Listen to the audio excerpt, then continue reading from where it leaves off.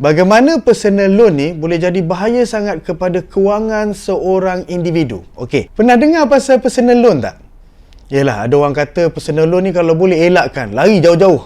Kalau ada peluang untuk buat personal loan, lari jauh-jauh. Ada yang sampai declare personal loan ni macam loan jahat. Dia boleh menghantui kewangan kita bertahun-tahun. Okey, kalau anda ada persoalan tentang personal loan dan anda merupakan orang yang telah terjebak dengan personal loan, tonton video ni sampai habis. InsyaAllah dalam video ni akan membantu anda menyelesaikan semua isu, permasalahan dan juga pemahaman tentang personal loan. Steady!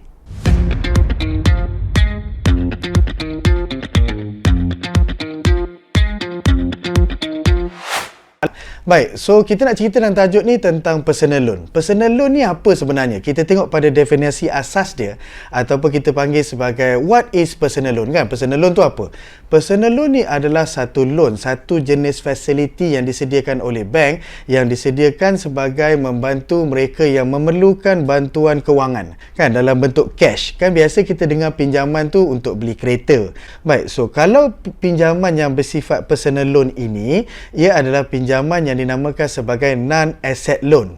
Loan yang tidak ada aset. Maksudnya kita dapat liquid cash lah. Kita dapat cash yang seberapa amount yang kita layak, yang kita perlukan tu. Contoh, kan? So, ada satu kiraan tu daripada satu bank ni, dia ambil 5 kali ganda gaji. So, kalau gaji saya RM5,000, personal loan yang saya boleh buat iaitu sebanyak RM25,000. Iaitu RM5,000 kali 5 bulan gaji sama dengan RM25,000. Kalau kita lihat, apa tujuan orang buat personal loan, kan? So, kalau dilihatkan, orang gunakan personal loan ni untuk dapat cash tu untuk pelbagai tujuan.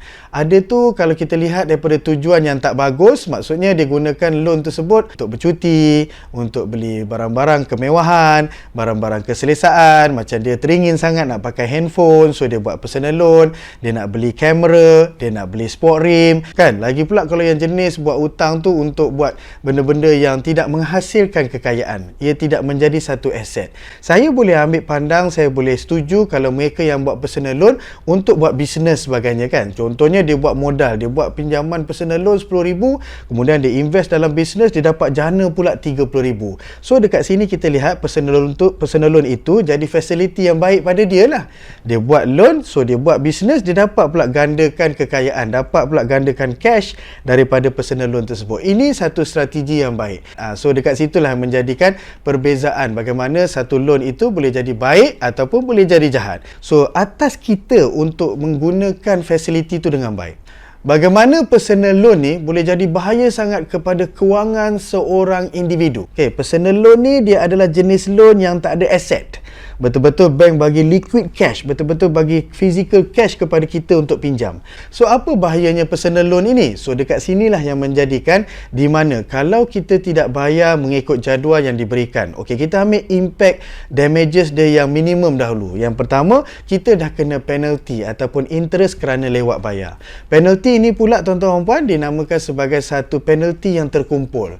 Bulan pertama kita lewat bayar dah kena penalty. Penalty pula tambah pula bulan kedua, tambah lagi tunggakan sebelum ni dan juga tambah dengan penalty yang terbaru. Penat, jadi berpeluh pula nak kena kejar balik bayaran tunggakan campur dengan penalty denda yang terbaru itu. Satu. Yang kedua tuan-tuan puan, kena ingat personal loan ni adalah salah satu darjat di dalam pempinjaman yang facility yang disediakan oleh bank yang charge interestnya sangat tinggi, membawa kepada 15 ke 16% setahun, bergantung kepada facility bank mana yang sediakan. So dekat sini yang menyebabkan kita dah lah satu, kita pinjam principal satu amount, kita kena ingat kita kena bayar profit kepada bank yang mempunyai satu charge yang tinggi. Yang ketiga yang paling ekstrim, bagaimana kalau dalam keadaan personal loan tersebut kita dah lama tak boleh bayar dan sebagainya kan. So dekat sinilah yang menjadikan whereby kita boleh diisytiharkan, bank boleh ambil satu tindakan undang-undang terhadap kita sebagai individu, iaitu bank boleh ambil tindakan memufliskan kita. Dia mematikan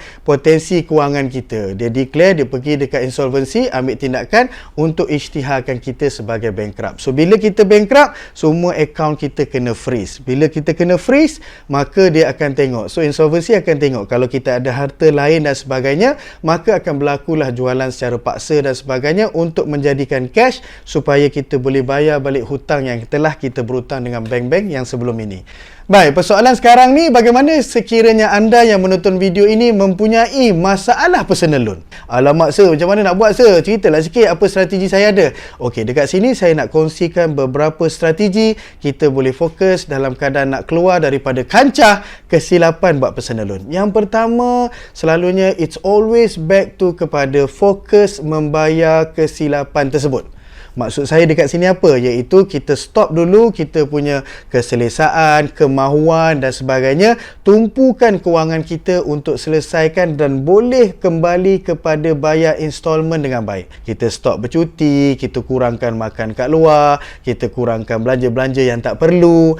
Semua-semua ni sikit-sikit impact ni kalau dikumpulkan mampu untuk betulkan balik jadual bayaran installment kita kembali kepada asal. Kedua, secara medium dan juga long term, kita dah tahu prinsipal pinjaman kita sebagai contoh RM10,000 sebagai contoh. So kalau kita dah berjaya yang pertama tu, somehow kita dah berjaya membuat ekstra simpanan. Simpanan lebih tu kita tumpukan untuk bayar prinsipal. Apa maksudnya? Iaitu setiap bulan kita bayar lebih kepada bank. Makin lama prinsipal kita ni pun makin menyusut, makin kecil, menjadikan lagi cepat kita boleh selesai personal loan tersebut. Okey? So diharap video ini dapat membantu anda persoalan tentang personal loan, apa bahayanya dan bagaimana strategi jika anda dah tersilap buat personal loan. So sekiranya video ini banyak membantu anda, harapan saya semoga anda sudi untuk like, komen, share, subscribe dan sebagainya. InsyaAllah kita jumpa di video akan datang. Stay ready.